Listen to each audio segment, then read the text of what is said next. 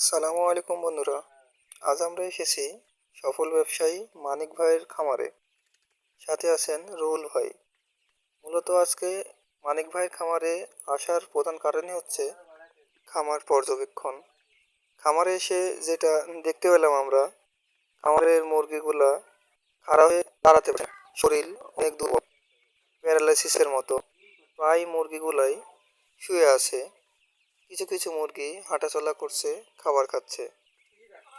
আপনারা দেখুন, যে মুরগিগুলার অনেক বেশি সমস্যা সে মুরগিগুলা বাইরে রাখা হয়েছে মুখে তুলে খাবার খাওয়ানোর জন্য।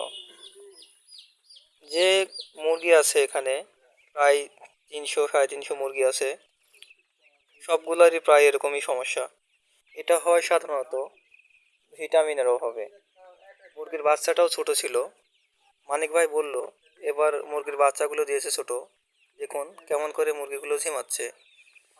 ছোটবেলায় যদি মুরগি পুষ্টির সমস্যা হয় তাহলে এমন সমস্যার সম্মুখীন হতে হয় খামারিদের।